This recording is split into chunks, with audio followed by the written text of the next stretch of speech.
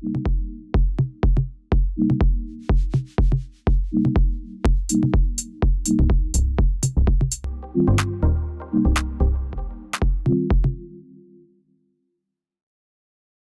a pensé les méthodes de manière à ce qu'elles soient reproductibles.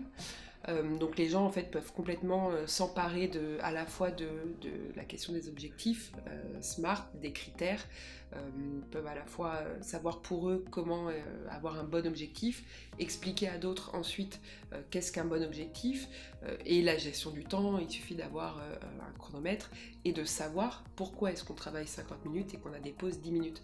Il y avait d'autres manières de découper le temps. Ce choix-là, il a été fait pour une raison bien précise que l'on explique en début de journée et en début de retraite de rédaction, ce qui permet aux gens, en plus d'avoir les outils à leur disposition, de savoir pourquoi on a choisi de travailler avec ces outils-là et pourquoi est-ce qu'ils fonctionnent.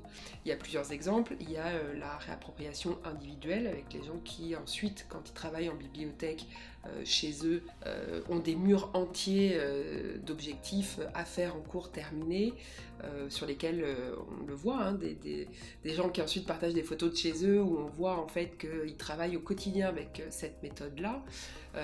Il y a ensuite une reproduction à l'échelle des laboratoires où des doctorants qui participent régulièrement à nos journées et à nos retraites de rédaction ensuite proposent au sein de leur laboratoire d'avoir une journée dans la semaine consacrée à ça. Et puis on a également ce qu'on appelle les mini-parenthèses, où là c'est des gens qui proposent, des doctorants qui, lorsqu'ils vont travailler, disent en amont, bah voilà, la semaine prochaine, lundi, mardi, je suis dans telle bibliothèque universitaire, de telle heure à telle heure, j'ai prévu tant de sessions de rédaction. Donc l'idée c'est de travailler individuellement sur sa thèse, évidemment, mais collectivement, de gérer le temps ensemble, d'avoir des temps de pause ensemble.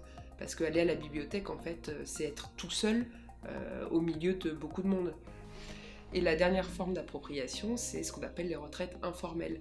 Bah voilà, moi mon appartement est grand, mes colocs sont pas là, pendant 3 jours je peux organiser une retraite.